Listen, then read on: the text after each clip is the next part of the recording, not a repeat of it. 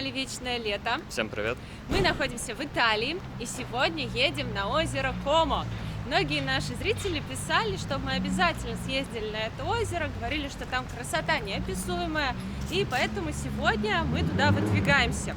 Мы едем на поезде из Милана с нашими итальянскими друзьями. Собственно, они нас туда и пригласили.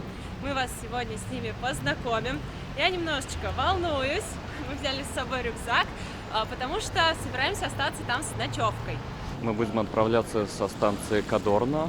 Мы отсюда еще никуда не ездили. Короче, ребят, купили билетики на озеро Комо, встретились уже с Микаэлой.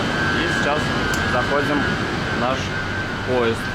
Кстати, билетик стоит до Комо 5 евро 20 евроцентов.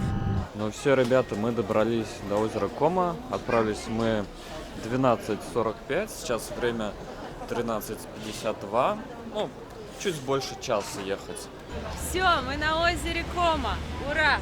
Много лет мечтала здесь побывать. В прошлую поездку мы сюда не доехали на машине, был другой маршрут. И хорошо, что мы сюда не поехали на машине, потому что парковки не найдешь. Не хочется платить всякие штрафы. На поезде недорого, быстро. И вот мы уже здесь.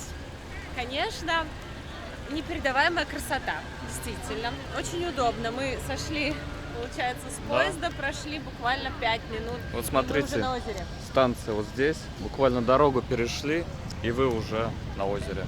Получается, здесь есть такие кораблики. Можно покататься.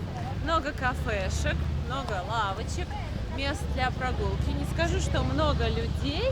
Нормально. Можно остаться здесь с ночевкой, отели, все есть. Озеро окружено такими красивыми холмами, как будто из сказки. Когда смотришь сказки какие-то, и вот мореплаватели приплывают, пейзаж в основном такой, красивый, рисуют, максимально красивый. Вот эти домики с черепичными крышами на холмах, все утопает в зелени. Здесь даже как-то посвежее, чем в Милане. Саша сказал, воздух более разряженный, более расслабленный. Наверное, от обилия природы и воды, от воды идет такая свежесть. Я не скажу, что озеро очень чистое. Я вижу, точнее, я не вижу дна, но такого какого-то бурого цвета. Или это очки мне так делают? Ну, в общем, красиво, но вода не кристально чистая. Что у вас первое приходит на ум, когда вы слышите слово «Комо»? Не Комо, в которую впадают, а озеро Комо, сочетание. У меня богатые люди, роскошные виллы, какие-то такие дорогие лодки. И мне всегда казалось, что здесь люди живут беззаботной жизнью. Люди, которые заработали свои миллиарды, едут сюда, их тратить, красиво жить, пить шампанское. Но на деле это мне даже чем-то напомнило озеро Рица. Вот кто был в Абхазии, ездил на озеро Рица, очень много туристов со всего света. Интернациональный курорт. Все как везде. Фотографируются, катаются на лодках, сидят в кафешках. Нет здесь никакого особого там пафоса. Все простые люди в обычной одежде. Никто тут шампанское вот так вот моет, не брызгает. Все максимально обычно и привычно. Я не знаю, откуда в моей голове вот эта слава озера Комо, что здесь одни миллионеры, что если ты такой приезжаешь, тебя спрашивают, у тебя есть $1 000 000, ты говоришь, нет, я тебе говорю, иди отсюда. Нет, такого нет. Совершенно простые обычные люди в обычной одежде занимаются обычными делами, своими туристическими. Но мы сейчас хотим найти какую-нибудь кафешку, посидеть, выпить кофе. Здесь народ собрался. Вот можно посмотреть, обычные реально туристы. Собакам здесь, конечно, жарко. Вот вроде неплохой столик увидели. Сейчас тут и сядем, прямо с видом на озеро. Я как простой человек еду на озеро, взяла пляжные принадлежности, купальник. Саша плавки взял, крем от солнца, а тут в нем не плавают. Ну, как бы плавают только на лодке, а никто не купается, нет пляжа, буйков, никто в воду не прыгает. В общем, озеро, в котором не купаются. Мы удобно устроились в кафе, пьем апельсиновый сок, кофе. Микаэла. Здравствуйте. Вот, представляю вам Микаэлу, мы сейчас с ней путешествуем. Микаэла, сколько ты живешь уже в Италии? Я живу лет 30. 30 лет. А сама ты из Болгарии? Сама болгарка, да.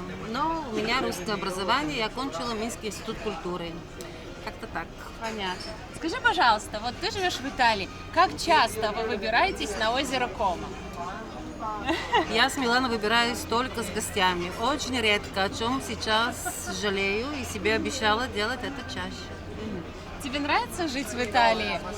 Или ты все равно до сих пор сильно привязана к дому? Вот расскажи, как прошла твоя социализация? Интересно. Ну, социализация это всегда интересно. Конечно, да, мне нравится, но мне нравится и в своей стране. Мне бы нравилось еще и в России пожить. Так что, понимаю, все это так вместе невозможно. Так что делаем... Страдаю чуть-чуть, когда беру самолет, отрываюсь от места, которого люблю, но зато приезжаю в место, новое место, которое люблю, и так. Только немножко замешкаюсь в самолете. А так нормально. Здесь нормально, в Болгарии нормально. Нравится, люблю. Еще один вопрос, который мне хочется задать. Скажи, пожалуйста, Италия сильно изменилась за последние 10 лет? Потому что нам многие пишут, что Европа уже не та. Мы здесь не были 10 лет назад, но то, что сейчас, мне красиво, мне нравится. Вот по твоим ощущениям, было лучше или хуже? Если изменилось, то что? Очень изменилось. Да? Очень сильно изменилось. Изменилось, потому что очень много людей с разных стран приехало. И получается, что автентичность итальянцев немножко потерялась. Еще 10 лет назад это чувствовалось, но за последние 10 лет реально эта тенденция очень сильно взросла. И вот сейчас, чтобы почувствовать дух итальянцев, я не знаю, где надо куда-то по деревням ехать, когда они собираются, или на какую-то свадьбу, чтобы реально собрать всех итальянцев вместе и почувствовать. Вы видите, мы здесь на озере, озеро Комо, сколько итальянцев вы видите? Вот нету, ни одного, никого нету. А нет, пришел вот парень, который сейчас нас на лодке повезет, вот он автентичный итальянец со всеми своими причудами и со всем своим шармом. Так получилось эффект сосудов, как называются, сосуды, когда вместе сосуды. Диффузии. Нет, когда, да, смешиваются. С одной стороны, так много людей понаехало, что все это начало смешиваться. Что будет дальше, я даже не знаю, не хочу думать, потому что расстроюсь. Но надеюсь, что итальянский тип жизни, их традиции, их вера, потому что здесь люди очень сильно верят, они католики, очень такие практикующие, большая часть. Все это им поможет все-таки выстоять и остаться итальянцами, которые я помню, которые мы видели на фильмах. А все остальные пусть приезжают и радуются. Как-то так. Хорошо, спасибо. В общем, ребят, мы арендовали такой катер. Сейчас будем кататься по озеру Комо. Капитан итальянец, и он узнал, что мы из России, говорит, у меня была девушка русская, и она звала меня Ёжик. Так что у нас придет сегодня Ёжик. 150 евро полчаса покататься, и это получается лодка только наша, без других людей. Мы вот сейчас красиво, как в фильме про Джеймса Бонда, поплывем, смотреть окрестности, виллы, природу.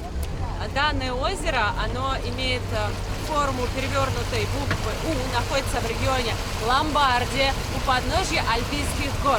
Поэтому вы должны уже представлять, какая здесь красота и какой здесь совершенно особенный воздух.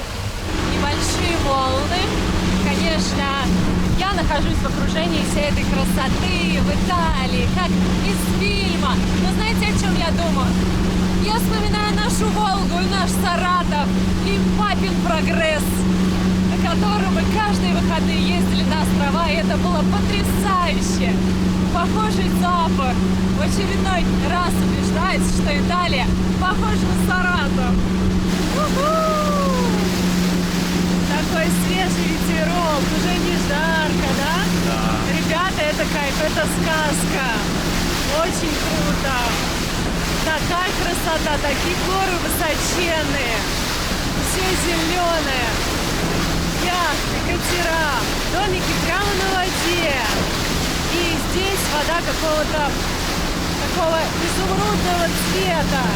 Чистая, кстати. Да, здесь водичка уже совершенно другая, чистая, красивая. Вот ради этого стоит приехать. Просто так погулять по пирсу неинтересно. Не то вообще. Очень классно. Здесь такой воздух волшебный. Я понимаю, почему миллионеры покупают здесь недвижимость. Потому что здесь райский уголок. Это действительно райский уголок. Но в Саратове еще лучше. Да. Приезжайте в Саратов и катайтесь Дешевле. также на катере по Волге. Прямо нравится мне эта жизнь миллионерская. Каждый день на лодке катаюсь, видами любуюсь. Осталось еще 5 минут, и карета превратится в тыкву. Так живут русские в Италии на озере Комо. Нам сейчас рассказали. Вот в таких потрясающих домах. Если дом повыше, то к нему есть собственный лифт. Это обязательно пирс, причал со своей яхтой. Позавтракали, выпили кофе и поехали кататься на лодке, осматривать окрестности. А вот тот дом вообще напоминает замок. Конечно, очень красиво, роскошно и дорого. Ну, вот знаете, честно, вот приехать, посмотреть, да, круто, классно. Но все равно тянет домой. Гадайте куда? Саратов. Саратов тоже очень красивый, дома красивые есть на берегу Волги. И там тоже очень дорого сейчас. Там тоже для миллионеров все. 50 тысяч евро в день стоит аренда этого дома. Налетай, народ, кто хочет. Мне кажется, у них много свободных дат. Кстати, этот дом снимали в фильме «Гарри Поттер». Ребята, еще кайф то, что здесь можно вот так вот лечь, наслаждаться видом, делать фотографии практически лежа. Смотрите, вот красота же, а? Вот это катер, конечно, классно, мне нравится. Хорошая идея для дня рождения в Италии. Приехать на озеро, взять шампанское, отметить, покататься на лодке в своей компании или со второй половинкой. А можно и вообще сделать здесь предложение.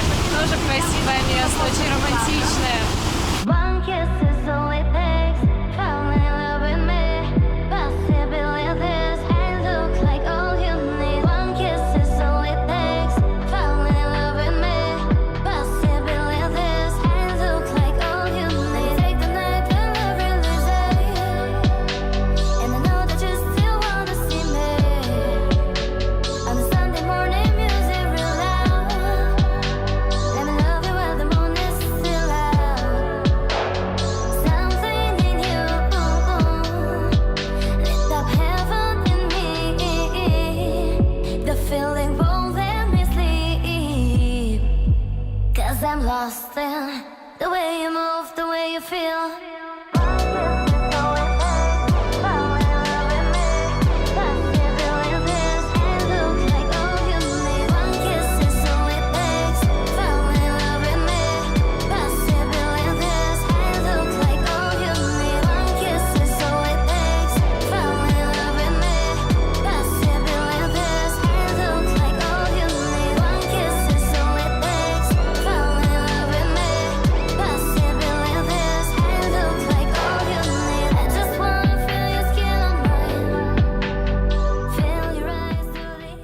Наша прогулка по озеру подходит к концу.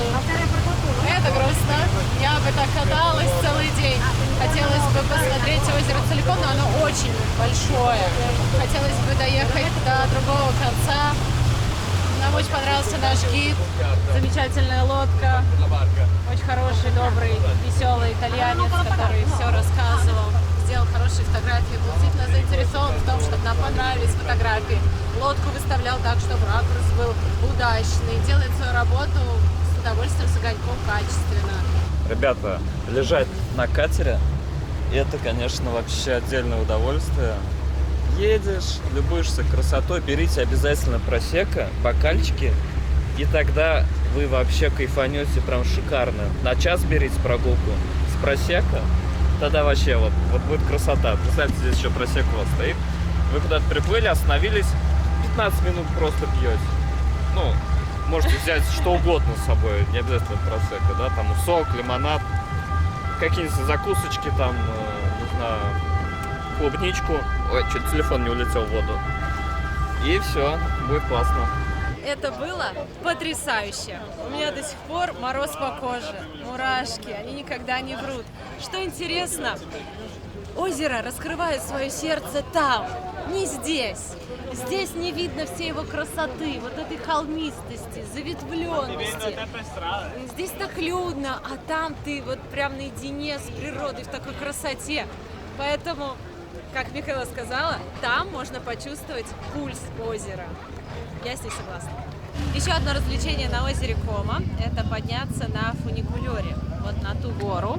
Посмотрите, оттуда открывается потрясающий вид. Я думаю, вы уже можете его представить, посмотреть на озеро сверху. У вас получится, если отстоите вот эту очередь. Сегодня будний день, посмотрите, какая большая очередь. Мы не будем ее стоять, потому что это очень долго. Мы лучше еще погуляем здесь. Классная атмосфера. Пахнет озером, ну вот какой-то свежестью и хвоей. Я смотрю, что самые красивые виллы, они так спрятаны с деревьями. Такая у них там уединенность создается. Вообще классно, можно даже без ночевки, небольшой как бы здесь город. Вы приезжаете, сразу гуляете, за день вы все посмотрите. Я считаю, что круто даже, если выбирать, да, если там бюджет ограничен или время ограничено, лучше покататься на лодке по озеру, чем гулять вдоль него и поселиться в отеле. Чем селиться в отеле, лучше покататься на лодке и, как сказала Микаэла, почувствуйте пульс озера, потому что там самая красота. Вот многие мечтают разбогатеть и купить яхту. Но знаете, как говорят, владелец яхты радуется два раза, когда ее покупает и когда продает. Мы смотрели интервью одного богатого человека, у него роскошная яхта, и он говорит, если честно, я не знаю, зачем она вообще мне нужна, потому что я на ней отдыхаю раз в год неделю. Все остальное время на ней тусуется персонал, который ее обслуживает. По сути, я купил яхту для них. И не стоило вообще ее покупать, можно было на эту неделю брать в аренду, она бы не изнашивалась, не пришлось бы платить вот этой команде, потому что по факту, когда ты, ну там даже миллионер, у тебя нет столько времени, чтобы ты сидел на яхте там месяцами, ты делаешь свои дела, ты постоянно занят. Вот, поэтому не мечтайте вы о яхте. Счастье это не принесет, потому что не во всем этом, знаете, счастье, не во владении всеми этими дорогими игрушками. А счастье оно внутри, чтобы родные, близкие были рядом. Даже если у вас там дорогущая яхта, ну никто к вам не приезжает на нее. Это так больно. А если у вас много близких людей, да вы вон на полянке в лесу будете самыми счастливыми. А яхту можно скинуться и взять в аренду. Вообще, такие нарезки, колбасочка. Ну что, за хорошо ты, за Кома, за Италию. Чтобы вы тоже сюда приехали и насладились этой красотой. Что у вас все прошло классно. И этот день вы запомнили на всю жизнь. За вас. Я точно запомню. За Италию. И за лето. Летом всегда столько радости. На улице очень жарко, и мы решили выпить просека. Как правильно, кстати, напишите в комментариях, просека или просека. Я иногда так говорю, иногда так, чтобы всем угодить. Вот. И заказали нарезку сыров. Тим продолжит наш аперитив, но в другом месте, с кондиционером. Очень круто путешествовать по стране с местным жителем. Вот мы ездим сейчас с Микаэлой, она нам все рассказывает не только про страну, но и про себя. И иногда эти личные истории даже интереснее, чем истории страны. Мне даже не так интересно какие-то вещи про итальянцев, а про нее. И я понимаю, что история, она состоит не из городов, а из личностей, из людей. Люди самое ценное и интересное, что есть на земле. Это типичный итальянский ресторанчик, да? Винотека. Винотека. Кстати, здесь нет коктейлей, только просека, вино, красное, белое, да? Все, давайте за нас, чтобы исполнились все самые Чтобы каждый день так. И сейчас едем домой, где будем ночевать, устроим небольшой праздник. Предварительно заедем в магазин за сыром и просека. Просека, правильно говорить, тут выяснилось. Мы решили зайти в гастрономия. Это продуктовый магазин, но он необычный. Здесь продаются сыры, всякие итальянские закусочки и вино. Мы хотим взять вино и сыр.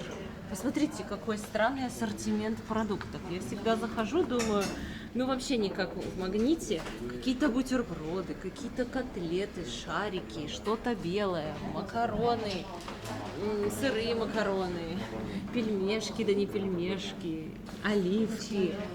Вообще все намешано, толком непонятно, потому что непривычно для меня такое. Печенье, закрутки, колбаса, что-то все в кучу как-то, оливье лежит еще сверху.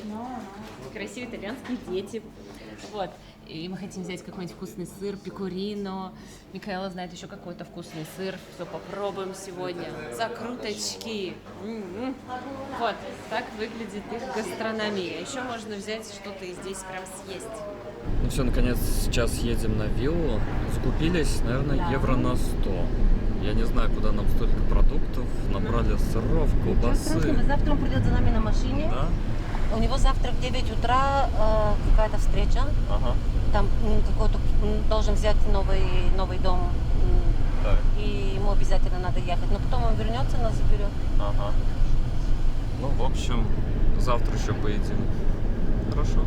Готовить Я сказала, не спешить нас забирать. Да, не надо спешить. Не надо спешить. Апельсино, как в том фильме. Говорят, здесь город мафии. Здесь много итальянской мафии До сих пор. Она невидимая, но она есть. Тут даже перестрелки были. То есть действительно город, где всякие эти дела. Пушки вот. Они не скрывают даже свое оружие. Все, мы приехали в дом, и нас встречают собаки. Получается, этот парень взял собаку из приюта. И вот так она выросла, вот так ей повезло. Она немного пугливая. Она только его признает, только к нему подходит, к нам нет. А вот этот черненький, он к нам тоже подходит. Ну, по крайней мере, подходил. Он не из пугливых, да? Ты не кусаешься? У тебя голова очень грозная, кстати. Такое большое. He's a little bit No, scared. нормально. Scared because he doesn't know you. That's why he's a little bit scared. Да? He's afraid from everything. Окей, guarda che qualcuno li mangerà. Adesso lo mangia, dopo lo Не mangia. доверяет. Вот что Принц, значит mangialo tu. детство в приюте. Незнаком не доверяет, даже еду не берет из-за рук. Come si Страшно. è girata Наверное, proprio, были poverina, che прецеденты. tenera. На нас смотрит так. Ага. Не буду. Не ест Принц, еду, vieni которую pure, даем. vieni tu. E qua, Хотя guarda che это qua. обычные вкусняшки для собак, купленные No, в te la da lui, супермаркете. te la da lui. Но он испугался Vai, te la da lui. и не берет. Вот что значит, да, память, страх, когда делаешь что-то плохое, потом это остается в сердце, и очень трудно начать снова доверять людям. Настоящая итальянская вилла, как из фильмов про мафию. Такой двухэтажный большой дом, такая территория. Вот эта территория. Иногда мечтаешь купить дом. Мы вот мечтали купить дом, начали смотреть дома, хотели участок. Вот такой участок, ну нос к носу. Нет ощущения, что ты в доме. Саша говорит, какой же это дом, если у меня вот через стенку соседи. Я хочу, чтобы было вот так. И вот оно вот так. Вы посмотрите, какая огромная территория, какая красота. Собаки тут. Ну, не бойся. Давай, привыкай уже к нам. Не бойся. Смотрите, такая чилл-зона здесь. Можно пить чай, завтракать. Под такой крышей, дождь не страшен. Ну, как вам из всех обзоров, что мы делали, скажите, отличается? Чувствуется, что ты уже не в России, не в Таиланде, не в Турции, что ты прям в Италии. Хотя природа похожа. Ребята, итальянцы всегда над нами смеются, потому что мы, когда заходим в дом, мы разуваемся. Они не разуваются и всегда смеются, когда мы голыми ногами ходим. Они такие, зачем вы разуваетесь? У вас же чистая обувь, не надо. А мы такие, нет, нет. Вот сейчас я зашла в обуви, мне не по себе. Собака. Давай, рассказывай, как твои дела, как тебе живется в Италии? Мне кажется, он хочет проглотить камеру. Он так на нее смотрит. В общем, вот, посмотрите, это не просто вилла, это особняк, в котором вы также можете поселиться. Ребята сдают ее в аренду. И мы с ними подружились, они пригласили нас здесь погостить и заодно показать вам, в какой вилле вы можете поселиться, снять ее для своей семьи или с друзьями и отдохнуть в окружении итальянской природы. И дом действительно интересный, здесь очень много антикварной мебели, высокие такие потолки. Здесь вот этот весь интерьер сохранен от старой обстановки, все так осталось. Ремонт сделан, но минимальные изменения, чтобы сохранить вот это ощущение старинного итальянского особняка. Вот эти все картины, шторы, зеркала. Тут, мне кажется, каждому предмету мебели лет 100. Ого! Я что, в гостях у Медичи? У меня такое чувство, что меня пригласила какая-то царская семья, которая до сих пор жжет свечи на ужин и погостить. Где же мое бальное платье? Я как будто в Радищевском музее краеведческом у нас в Саратове в отделе Столыпина. Там такая же мебель у нас стоит, но это музей. Там все вот такой за веревочкой и ничего трогать нельзя. А здесь можно трогать, можно всем этим пользоваться. Боже мой, посмотрите, какой чайный сервиз. Ему, наверное, лет 500. Какая легкая чашка. Мне кажется, это настоящий фарфор. Окна закрыты, но их можно открыть. Вы только посмотрите. Я считаю, что это круто, когда хозяева вкладывают большие деньги, чтобы сохранить первозданный интерьер. Есть в этом что-то, как будто переносишься в прошлое на машине времени, плюс все современные удобства. Давайте выйдем во двор. Вау! Вот теннисный стол, можно поиграть в теннис. Как классно! Повсюду деревья, зелень, цикады. Растет хурма, вот такие гортензии. Приятно пахнет. Класс! Я не знаю, сколько здесь комнат, потому что нам сказали, приглашаем вас на виллу. Ну, виллы разные бывают, да? Бывают 2 спальни, гостиная, это целый особняк какой-то. Собака у них тусуется. Ой, какой ворон. Собаки везде. Это ты будешь прошутто с мелоне, как итальянцы делают, или нет? Это отдельно? Можем и с мелоне, как итальянцы, можем Может, как без русские мелоне. кусками, вот так придем, без разницы. Давай познакомим с ребятами. Представь, ребят, расскажи. Ребята, Давиде, Андреа.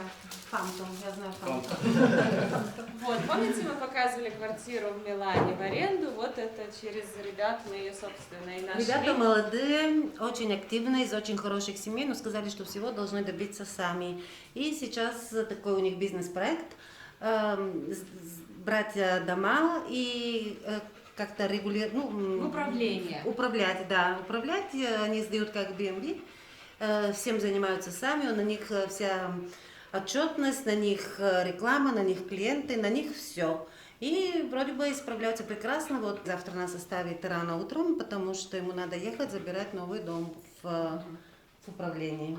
Да, и ребята сказали, что если среди ваших зрителей есть люди, у которых есть квартиры в Милане или дома, и они хотят отдать их в управление, то вот ребята могут их взять и заниматься арендой, пока вас здесь нет. Это очень удобно, когда есть человек, которому ты доверяешь в Италии, свою недвижимость. Потому что мы сами сейчас занимаемся там арендой в Турции и понимаем, как важно иметь там надежного человека, на которого ты можешь оставить свое имущество. А мы тем временем приступаем к готовке. Нам надо немножечко охладить наши продукты. Вы говорите, что итальянцы много едят. Вот какие у них тарелки. Это только для пасты. Еще такая же для супа. Вышли, чтобы прогуляться по участку. Я когда сюда подъехала, я первое, о чем подумала, что я очень хочу прогуляться босиком. Я люблю Милан, но там мы гуляем по площадям, по центру, и там все из камня, а мне так нравится вот это ощущение травушки, муравушки между пальцев. Она такая свежая, прохладная, не сырая, не сухая, такая хорошая, как дома. У нас в Саратове, вы уже должны знать. Поэтому здесь можно вот в таком спокойствии провести несколько дней с семьей. Были бы у нас дети, я бы сейчас их просто сюда выгнала, сказала: вот, бегайте, носитесь. Я знаю, что дети любят носиться, но в квартире это так всегда. Осторожнее, аккуратнее. А здесь, пожалуйста, носись сколько угодно. И хочу вам показать, что еще здесь есть. Также здесь есть бассейн, где вы можете плескаться со своими дорогими друзьями. В такой дом надо приезжать большой компанией, потому что здесь много комнат, и чтобы всем хватило места, можно устроить здесь классный день рождения, прям с 2 часов дня и до вечера. Здесь можно прям тусоваться, потому что вокруг одни деревья, они не пожалуются на громкую музыку. Вот такая красота. Но сейчас здесь робот ездит, чистит дно. Вот кто-то дал ребятам в управление этот дом. Хозяев сейчас тут нет. И они следят за бассейном, заселяют, выселяют людей, осуществляют клининг, следят за территорией, за сохранностью, постельное белье, вот это вот все поменять. Это на самом деле тоже тяжелый труд и большая ответственность. Я, честно, стеснялась приехать сегодня сюда, потому что мы в другой стране, как бы мы этих людей, вот, вы только здесь познакомились, они уже поехали с нами на виллу. Поехали! Вот, но так комфортно, как будто с родственниками путешествуем. Вообще нет никаких напрягов, никаких запретных тем. Смеемся, обсуждаем все на свете, и максимально комфортно и легко. И не надо было ничего бояться и стесняться. Чувствую себя какой-то княжной. Если смотрели фильм русский «Барышня-крестьянка», вот у меня такое чувство, что мы снимаемся в этом фильме, что действие происходит именно в нем. Даже нет ощущения, что я в Италии, как будто я в какой-то царской России нахожусь. Купеческая у нас семья такая обеспеченная. Я тут хожу, Наташа Ростова, с книжкой под зонтиком, читаю стихи о любви и вздыхаю целыми днями, ничего не делаю. В общем, мне это уже начинает нравиться. Хорошее место, чтобы отдохнуть. Вот здесь, смотри, есть кресло-качалка. Можно под деревом там посидеть, Нужна кайфануть. охотничья собака. Собаки бегают, прыгают. Вот ребята занимаются управлением, а тем временем сами еще здесь отдыхают. Ну, кайфово. Хорошая работа, кстати. Хорошая. Ой, все, берете книжку любимую или новую и отдыхаете наедине с природой. Говорят, что ничто так не восстанавливает силы, как отдых на природе.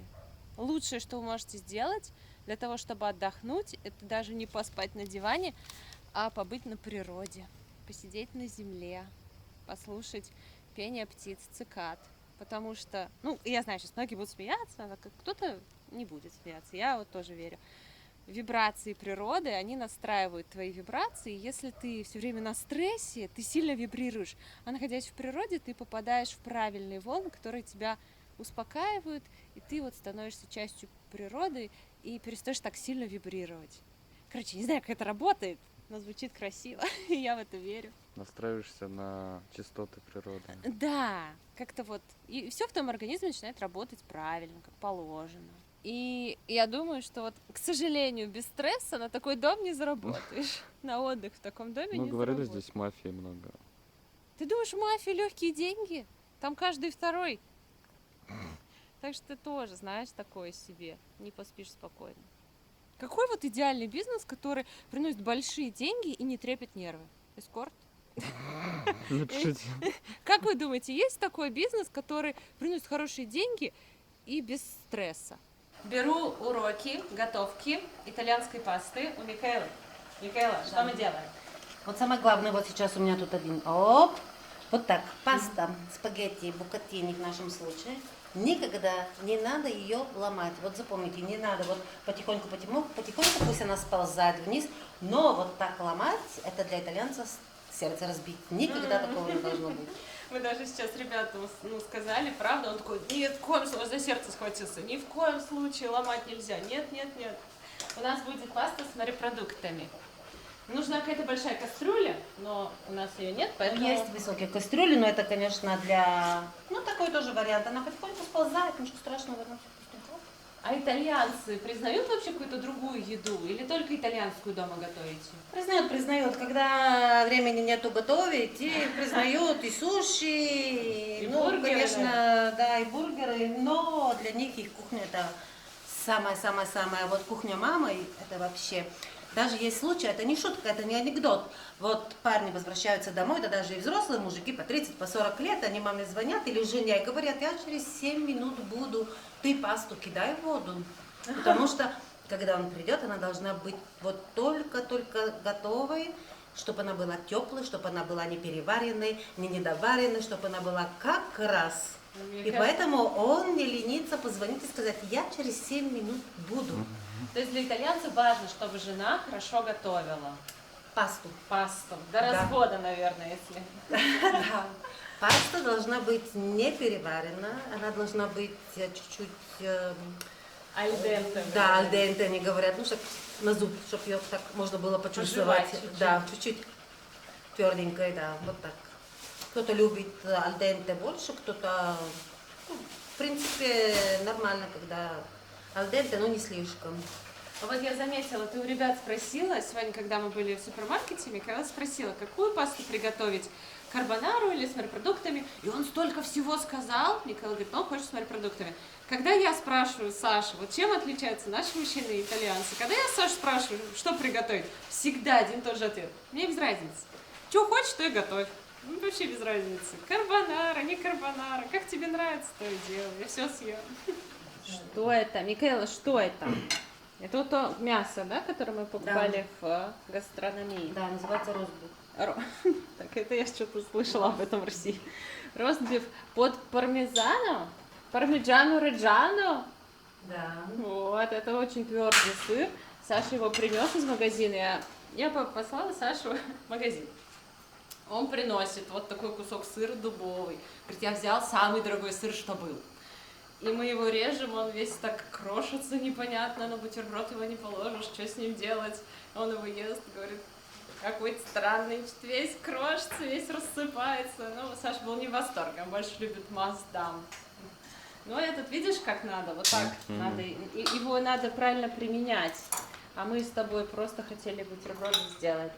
Нет, он не для бутерброда, Не для для пасты. для пасты. Ну все, будем знать. Для пасты или для масла? Это что ты делаешь? Салат из помидоров с сыром мягким, который тебе понравился. Да, я люблю сыр Примусале. такой Его мягкий. называют примусале. Это значит типа брынзы, но оно не дошло до брынзы. Мгм. Оно вкус мягкий. А творога, я смотрю, у вас тут нет. Есть, называется рикотта. А, рикотта. Ну, у нас тоже рикотта продается, но это немножко не творог. А вот он такой больше как сыр. Ну, я не знаю. Мне говорят, с рикоттой можно сырники делать. Что это такое? А это базилику. Я так и знала. Сейчас мы быстренько. Это вот ребята тут базилик выращивают, да? Да кто-то оставил. Вот подтверждение того, что итальянцы любят покушать. У них даже плита на 5 получается. Да? Смотри, какая духовка. Вау! Ты видел такой хоть раз? Никогда! Она Когда вы видели на этот дом, сколько людей промышленная. Вот это да. А мы тем временем, ну как мы, Микаэла, достала она морепродукты, положила их вот в такую круглую сковородку. Паста у нас уже готова. Салаты готовы. Арбузы охлаждаются. Просекко охлаждается. Сейчас будем что-то делать. Я смотрю, учусь, впитываю знания, чтобы потом передать их вам. Давай я задам вопрос вам, зрители. Назовите предмет с кухни. Для готовки он используется. Без чего не обходится ни один итальянский дом. Что это такое? Напишите в комментариях. Правильный ответ мы лайкнем. Итальянцы не открывают шампанское обычным способом, как мы. У них есть какой-то свой интересный способ, который они хотят нам продемонстрировать. Берем бутылку, находим дно, берем Usually нож. for border. Faccio la mano sotto.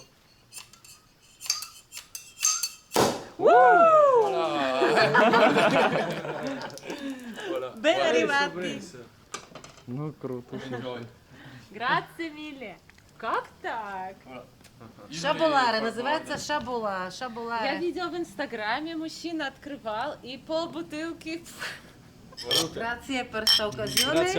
Grazie a voi di essere venuti. Следующий этап. Пасту готовую добавляем к морепродуктам, а они в соусе уже были. И как называется эта паста? Мне все время... Паста это лингвини.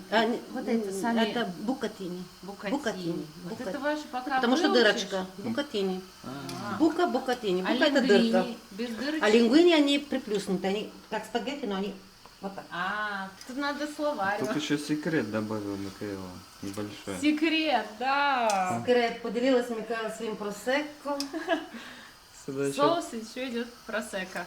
А солишь ты когда? Я посолила до этого соус. До этого. И до этого посолила. И в соленой воде они варились. Угу, понятненько. О, ребята, у нас тут как последний герой. Смотрите, какие свечи горят. Ну вообще. Oh, ragazzi, abbiamo fatto meglio Si che... può fare una foto? Certo, ma fai tutte le foto che vuoi. Faccio una Fate... foto ricordo. Сейчас а quanti будем пробовать, что у нас получилось. Perché li davi pane? Так, Non per il pane però. Non fa benissimo. Diciamo così. Io грация. allergico. Ну как, Светик? Allergico al grano, a carne di maiale. Очень Получилось? вкусно. Надо еще соуса добавить потом, когда он по Sì, sì, тарелкам, и prendi потом... побольше. Очень вкусно. Non sono molto Я bravo. думала, на чужой кухне так не получится вкусно. Очень вкусно. Его сфотографируй, как он это все, смотри, как делает. Профессионально. Ух ты. Ah, vi ho lasciato i salumi in frigo, sai. Вот, ребята, и после того, как наложили пасту, еще нужно Buono, полить все Michele. это дело sokом, Molto который buono. снизу. Ma guarda che non ho fatto niente, ho messo un po' di Che prosecco vuoi dentro. sempre? Ne ho mischiati due, che Ecco. secondo me uno mancava sapore. Настал новый день, мы чудесно выспались. Так тут тихо, так тут спокойно, так необычно и не жарко. Наверное, за счет высоких потолков. Мы вчера сидели до 3 часов ночи, вот вообще не хотелось уходить с улицы.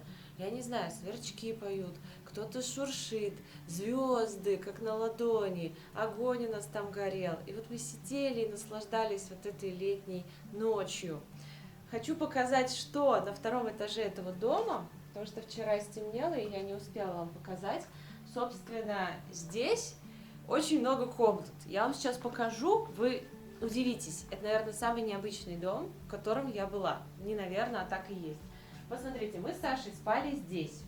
Вот такая вот спальня, тоже старинной обстановки. Здесь еще одна спальня, тут никто не спал.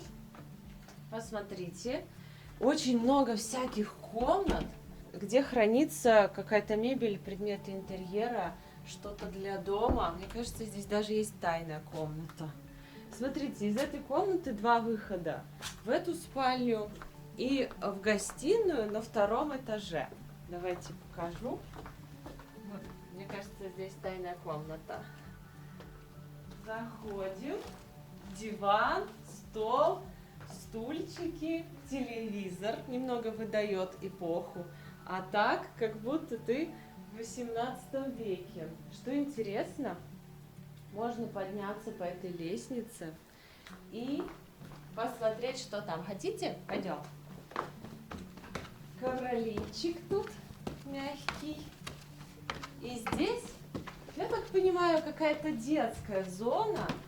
Посмотрите, 3 детей могут здесь отдыхать. И стекло на крыше, получается прозрачная крыша, видно облака. Такой сундук там в углу. И этот дом надо разглядывать часами. Я, конечно, не буду часами делать его обзор, но вы так смотрите во все углы, потому что тут много потайного интересного. Спускаемся. Получается, вот наша спальня, коридор. Хотите увидеть санузел? Готовьтесь. Та-дам! Он розовый! Посмотрите, я не знаю, где они нашли розовую сантехнику. Но это так миленько. Принимаешь ванну и любуешься видом на сад через эти потрясающие окна. И такая тишина, такое спокойствие. Я правда как вот в 18 веке мылась. И здесь еще вот такие предметы быта. Очень необычно, очень интересно. Старинные зеркала. Согласитесь, необычно. Вот здесь совершенно другие ощущения. Запомните на всю жизнь. Выдвигаемся. А здесь, ну, как кладовая комната или гардероб. Еще один санузел. А здесь душ. Посмотрите, можно принимать ванну, можно принять душ. Бойлер, горячая вода, хороший напор. Биде, унитаз, большая раковина. Очень много зеркал, очень много освещения. Такая красивая плитка. Вся мебель в основном из дерева. Такое все приятное. не знаю, с энергетической точки зрения, не пластик, а вот дерево. Старинные какие-то картины, фотографии старой Европы. Я как будто в замке. Чья-то собака. Здесь в коридоре есть лавка. Знаете, такое чувство, что в больницу попала. Вот как раньше, вот как будто здесь доктор принимает, а ты сидишь. Вот действительно старые особняки переделали, и там сейчас больницы. И вот как-то вот похоже, как будто расположение кабинетов, что ли. Не знаю, как сказать. Но что-то в этом знакомое есть из нашего детства. Когда ходили в поликлинике, похоже. И здесь еще одна спальня, 2 кровати. Смотрите, какой комод. Пузатый. Какой красивый. Зеркала уже немного тусклые, но все равно. Это только добавляет им какого-то шарма. Все ходим, трогаем, все такое классное. Смотрите, какой шкаф. Давайте покажу вид из этой спальни. Вон там Михаил у бассейна отдыхает. Ой, как приятно пахнет. Свежестью от деревьев. Здесь что-то вообще мне незнакомое. Переходим в следующее крыло. Дом разделен на 2 крыла. Вот мы были в левом, идем в правое. Вообще, я даже не представляю, как трудно было его спроектировать в те времена. Все здесь подогнать, чтобы все красивенько здесь стало, вся мебель, такой шкаф. Эта комната закрыта. Здесь, в этом крыле, своя ванна. Такая она красивая, глубокая.